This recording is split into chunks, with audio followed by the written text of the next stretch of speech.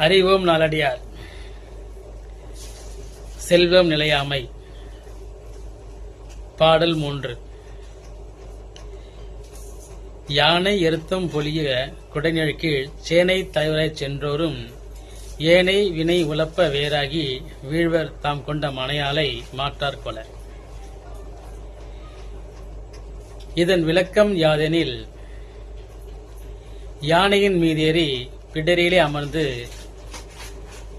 எல்லோரும் காணுமாறு குடைநிழலில்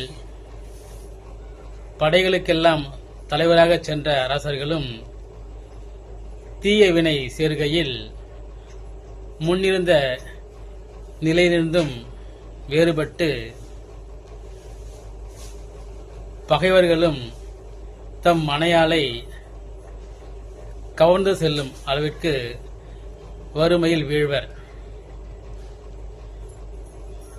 என்பது இதன் கருத்து. நல்வினை விலகி தீய வினைகள் சேரும்போது அரசர்களும் தாழ்வடைவர். ஆகையால் செல்வம் நிலையானது அல்ல. அதனால் இருக்கும்போதே அறம் செய்ய வேண்டும் என்று வலியுறுத்துகிறார் பதுமனார்.